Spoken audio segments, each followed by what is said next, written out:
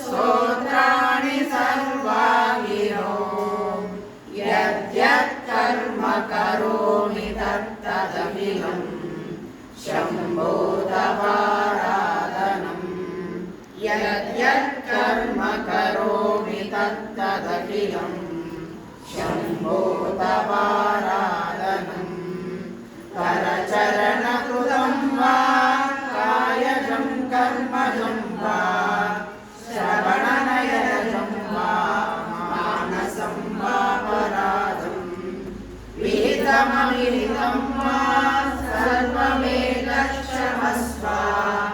जय जय करुणाब्धे श्रीमहादेव शम्भो हर हर करुणाब्धे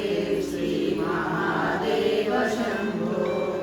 शिव शिव करुणाब्धे श्रीमहादेव शम्भो हर हर पार्वती पते हर हर